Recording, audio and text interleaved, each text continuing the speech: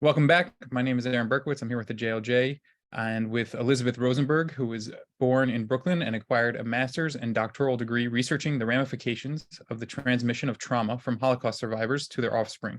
Her novel, To Live Another Day, was released by Amsterdam Publishers in March 2023. Welcome, Elizabeth. Thanks for being with me today. It's my pleasure. Thank you. So the first question that I usually ask is why this book and why now? Okay. Why this book? Because as I get older, and I'm a child of Holocaust survivors, and certainly the generation of survivors is diminishing very, very rapidly. And I feel like the onus is upon my generation to somehow continue to allow people to understand not just simply what the survivors went through, but what their offspring went through. And this is also a relatable experience to people who have suffered other trauma. It's not solely relegated to children and grandchildren of Holocaust survivors. It's survivors of any trauma. And that could run the gamut from natural disasters to racism, to poverty, homelessness, infertility, exposure to a parent or grandparent who had a terminal illness. All of those leave trauma in their wake.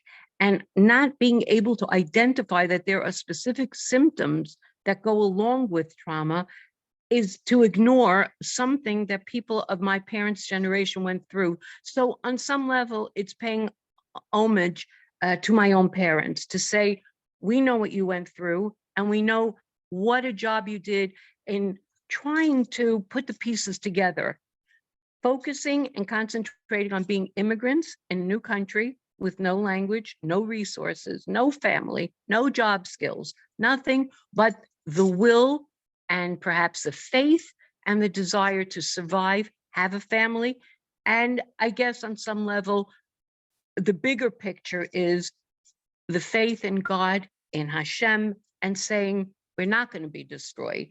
And so I think, speaking from my background, my parents gave an enormous amount of love. But at the same time, there were those symptoms of trauma that kept cropping up. My father wouldn't allow my grandson to wear a yarmulke going to a ball game. He said, put on a baseball cap. There was that underlying fear, mistrust, and at the same time, tremendous respect and love for our country, a country where there's so much freedom. So writing my book by way of fiction is my way of trying to educate people who have no experience and understanding. And I think today, 60% of the world doesn't even know what the word Holocaust means. So it's not just a Jewish experience, even though the book focuses on three girls from diverse backgrounds, Jewish backgrounds, and what they all have in common, including the main character, who is a granddaughter of survivors, is that something is missing in their nuclear family. They're not getting something, and they bond to each other. And then, of course, the main character, she has her own challenge, and it's a very serious challenge.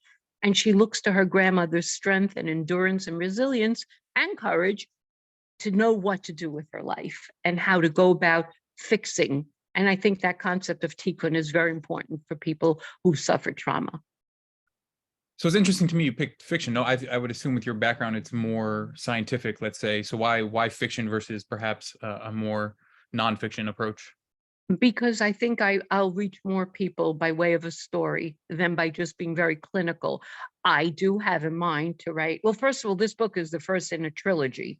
So Right. whereas the three characters here, one is the granddaughter, the next book, which is already written, is my generation. And the third, the last in the trilogy, will be the survivors. But I do have in mind to write another book, which will be a compilation of maybe 10 interviews with children of survivors. That will be more clinical and much more factual and nonfiction, of course. But I do believe at the end of the day, there are so many movies that we watch that are so incredible. And I don't mean only Academy Award winners. I mean, movies from Israel, they tell a story that people understand better than just reading a research paper, which I like to do too. Yes. It's interesting also that your structure, so you have a trilogy, but also within this book, there are three girls. So talk to me about the importance of sort of the number three.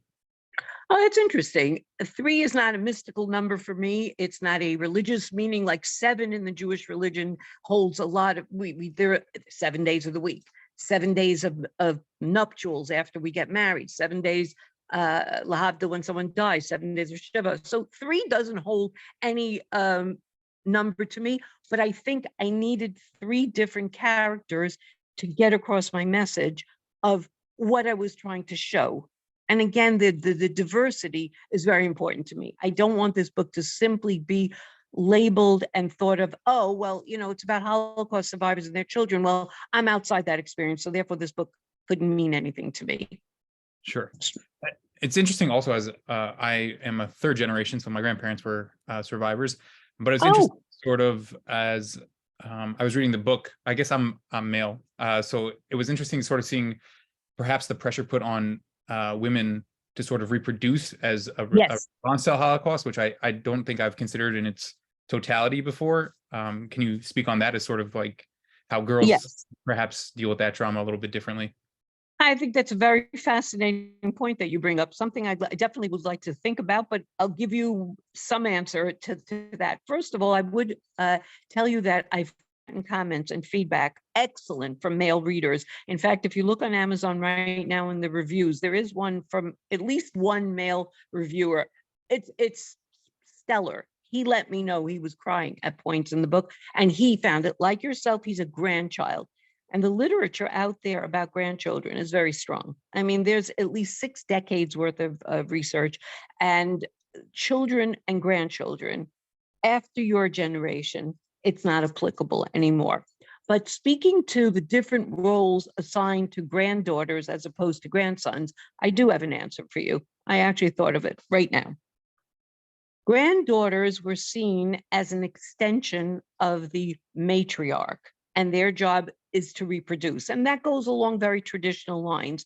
Whereas I think, judging from my own experience and my extended family of cousins, I would think the male children and grandchildren were revered, almost godlike.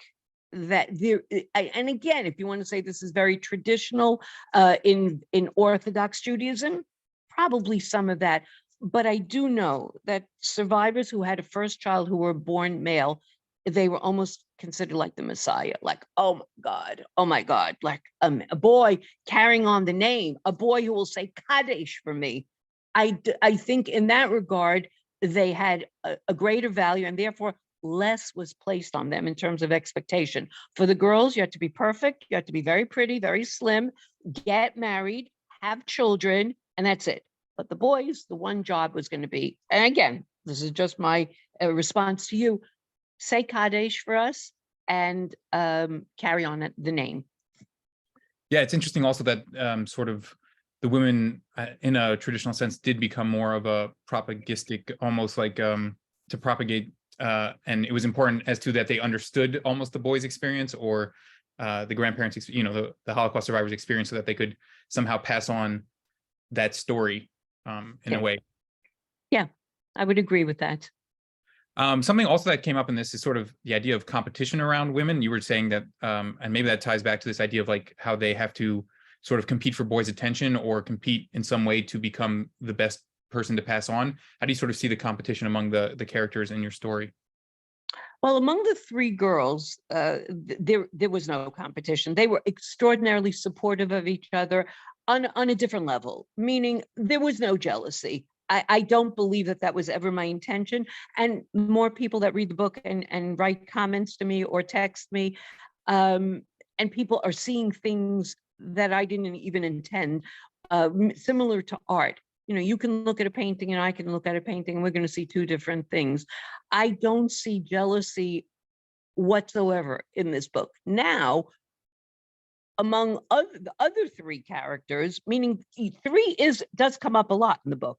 The Holocaust survivor is one of 3 sisters that survived. Each of them has 3 children, except I think one has 2, if I'm not mistaken. So among them, I would not use the word jealousy. I would use the word rivalry more. On the other hand, I don't want to spoil this. I'm assuming this is going to be your readers or someone's going to have access to this interview. I don't want to spoil parts of the book, But I do think there were more examples of supportiveness. For example, now this might not even be in this book, so forgive me, it might be in book 2, where one of the characters is marrying off her first daughter. She doesn't have a lot of money, and her husband doesn't. Her 2 sisters take jobs from the time that niece turns 16 and work so that they, without letting their sister know, so that they can buy her the gown of her choice, because she, as the mother of the bride, deserves something spectacular. And it's a milestone for all of them that they're marrying off a child who they never expected to be born in the first place. Certainly not in Auschwitz did they ever expect that they would live to see another day. And you didn't ask about the title, but there it is. Yes. And then I think also something interesting is about sort of this tension between Israel and the diaspora, and sort of what it means to be a Jew in each place, or where to be the best Jew, perhaps. So how do you sort of tie that into the idea around, survival, and then where sort of the best place to survive is? Okay. To begin with, the cover, if you may have noticed, is split in 2. And I designed that cover, by the way. I had access to a cover designer, and I rejected every design that he proposed. And I created this one. Not difficult, but nevertheless, I did do it. So one side is a brownstone in Brooklyn, and the other side is Israel. You can tell, if you're familiar, certainly with Jerusalem, you can see that that is clearly, it's Israel.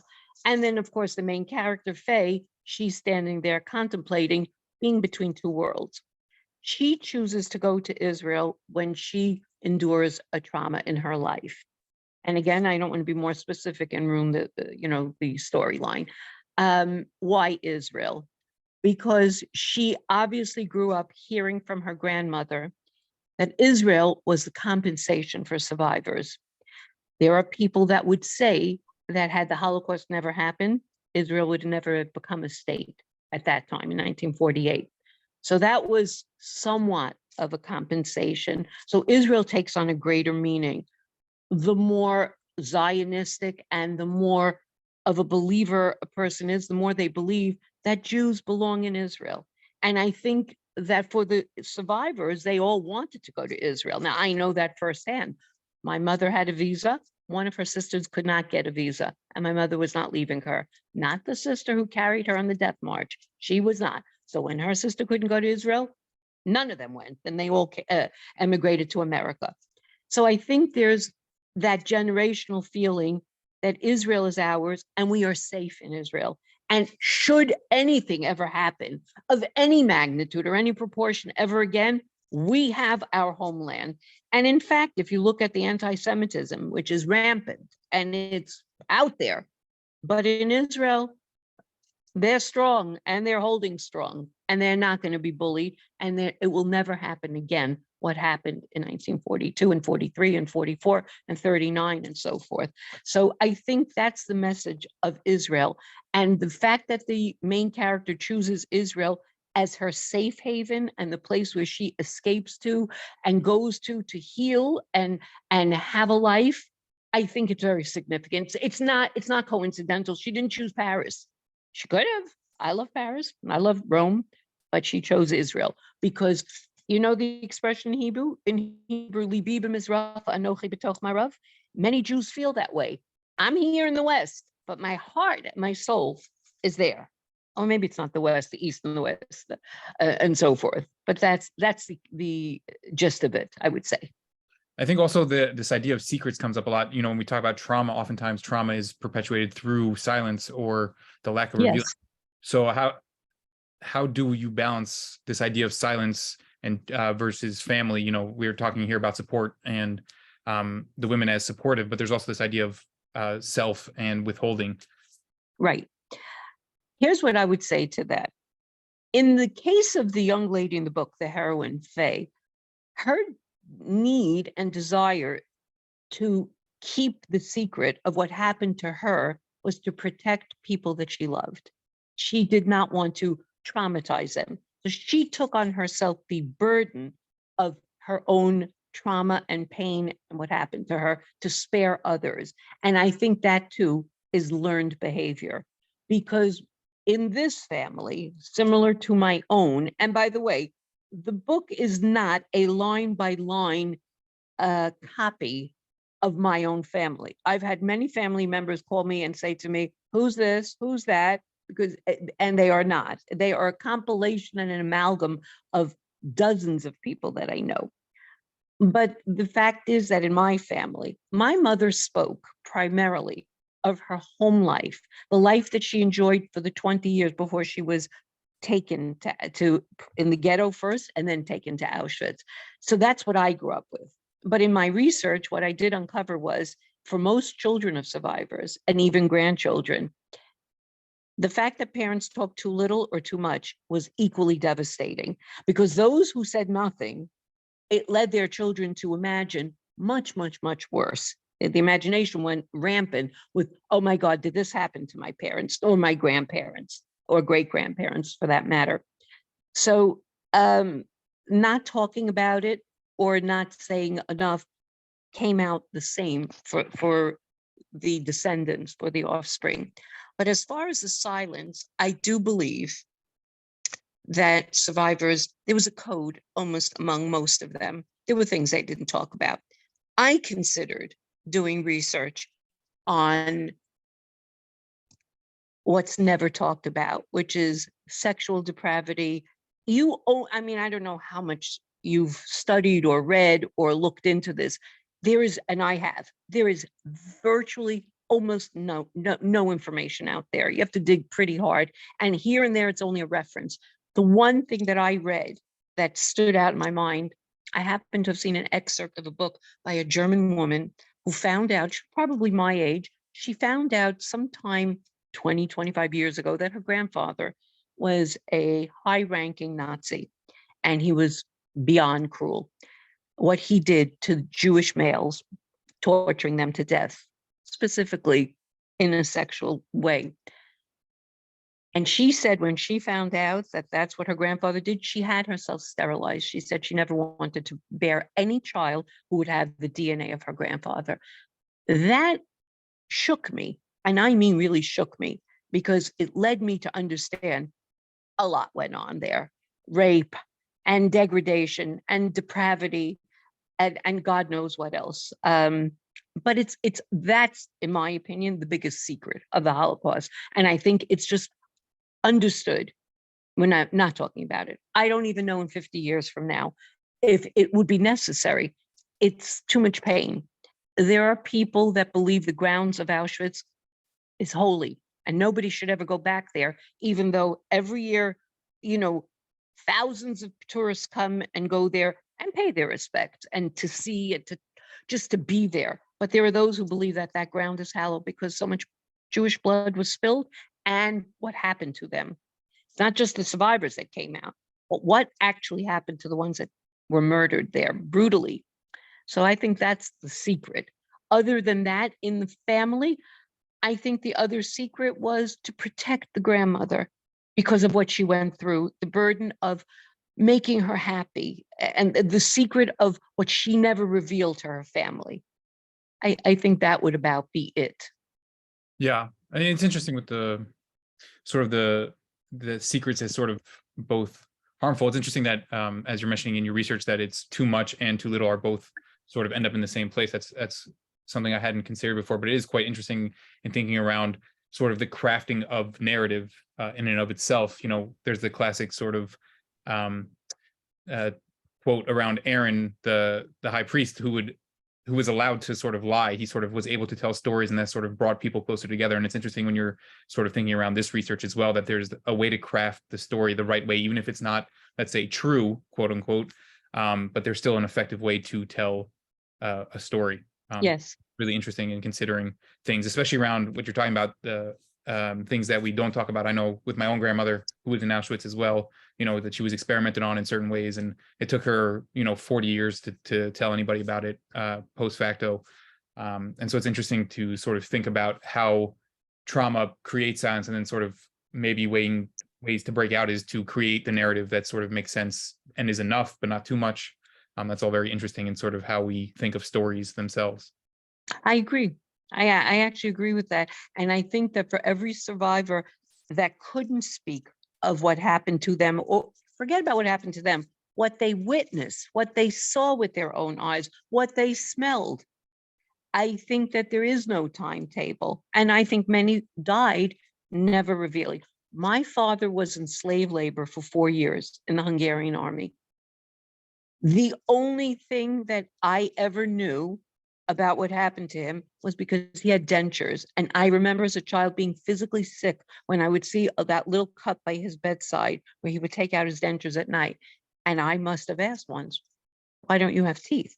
And he told me that they were knocked out. He must have been 22 years old. That was it. But I can assure you that other things happened too. That he never talked, not one day in his life, until the day he died. Couldn't bring himself to talk. Yeah, it's also interesting who we reveal these, right? Who they would reveal things to, because I know my mother Yes. is the one who, as she was marrying my father, but she never told her own sons, what was happening. It was sort of, I guess, it was because maybe a familial or a female bond that sort of, this idea around who we share with and what we share That's with. interesting. That's quite interesting. And I will tell you that the literature, which I don't think I alluded to at all in book 1 or even 2, but maybe will come out in 3, the firstborn child bore the brunt of it. And obviously that makes sense. I'm the youngest, the last born. By the time my parents had me, they had already been in America quite a number of years. They were already settled and so forth. But when my sister was born in Bergen-Belsen, which was a DP camp, that was a former concentration camp, and she traveled by ship to America with my parents, it is the firstborn that the literature shows that they bore the brunt the most, and interestingly, also in many cases were the confidant for the mothers, meaning when the mother couldn't sleep, or the mother had anxiety, or the mother had migraine headaches or stomach aches, all of these which go hand in hand with trauma symptoms. People think of trauma symptoms as, somebody who's suffered from combat, or somebody who's in Vietnam. They have nightmares and flashbacks. That's what every movie will show you, every Lifetime movie. But it's far more than that. And it's far more than depression, and it's far more than anxiety, and it's far more than hypervigilance and hypersensitivity. It's all those things that I mentioned: chronic stomach aches, all those gastro issues, and eczema, skin eruptions, and it's also headaches and migraines. The firstborn were the pseudo confidants, therapists, and I know I had an aunt who did that. She would wake up her daughter in the middle of the night. She couldn't sleep, and she would start to tell her daughter stories and cry and cry. And there was this helpless 12 or 13-year-old. All she wanted to do was, now, I'm much older than you, listen to American Bandstand. She wanted to be an American teenager. That's all she wanted. Couldn't. By day, they were Americans in school saying the Pledge of Allegiance. When they came home, they took on a very different role. Now, it's not to say that I feel sorry for my generation, not at all. Very privileged, very privileged. But by the same token, we were already born in utero compromised. The cortisol level of all Holocaust survivors, categorically, and if you want, I'll give you the name of the researcher, Dr. Rachel Yehuda from Mount Sinai. She did a lot of work about cortisol levels in utero. All were compromised. So people of my generation were already compromised. We didn't have 20 years of normalcy. When we were born right into parents who were, I hate to say the term, damaged. They were. And I don't think anybody tried harder than my own mother and father for normalcy, but it crept through. I know as a child, I was scared of the yard site candles. When I saw those, what I saw on my mother and father's faces was terrifying to me. But I didn't know why. All I knew is those little candles burning for 24 hours and so forth. Very terrifying because of how they looked. Yeah, it's interesting, sort of, again, what we're trying to hide, but then escapes through, no matter what, children are very perceptive in and of themselves. So That's right. it is curious to see sort of, we're attempting normalcy, but there are always cracks and things will always sort of get That's through, right. noticed. So you're talking about, you finished the second book. So do we have plans for it, or sort of where are we going from here? Well, I'd like the first book to have more momentum. I'd like more people engaged. I am looking to speak, to promote the book so that there's dialogue. I know that within my extended family, and we're talking about 3 generations, because the 4th generation, they're young. And I don't think the book is for teens. It's not a YA book. But in my family, I promised that right after Passover, we would have a book chat So because people want to talk about what they experienced reading this book and what it meant to them. So once there's a lot of momentum, I will approach my publisher or anybody else that's interested. Certainly, I'm not locked into that because I think book 2, personally, in my opinion, book 1 had to get written in this order. Book 2 capitalizes on book 1 and it explains things. I've left some little hints if anyone picks them up, and unfinished business, and it's all addressed in book 2. And I think book 2 is very authentic in that I'm speaking of my own generation. So again, there's 3 new characters who are not new. It's Faye's mother and her 2 aunts. So the people who have read book 1 are familiar already. But even if someone never read book 1, they will start with these 3 characters, and their stories are very real, really authentic in terms of how they experienced living and coping with a Holocaust survivor mother. Excellent. Well, as we sort of wrap up, remind us where we can find book 1 so that we can get that momentum going. Well, I would suggest to your readers that they try Barnes and Nobles first, because people have told me that Amazon is back ordered. And if anybody's really anxious to read the book, Barnes and Nobles is the way to go. And they can go into their local bookstore and order it. I don't know that it's yet available in the public library. And certainly if anybody wants to write to me, I'm more than happy to respond to their inquiries. Would you like to give my email? It's up to, if you would like it out, then feel free. Sure. Yes, absolutely. If any of your readers want to reach me or actually speak to me about any kind of engagement of sorts, I'd be happy to respond to them and set something up. And they can reach me at Dr. Elizabeth Rosenberg at gmail.com, DrElizabeth at gmail.com. Excellent. Well, I just wanted to thank you again for coming on and speaking with me today. And I wish you good luck on your book. Thank you so much. It was an absolute pleasure, and I adore the work that you do. And I think that you're doing something really vital for the Jewish community. And I'm actually very honored to be part of that in my own small way. Thank you, Aaron. Thank you. Thank you. The pleasure was mine.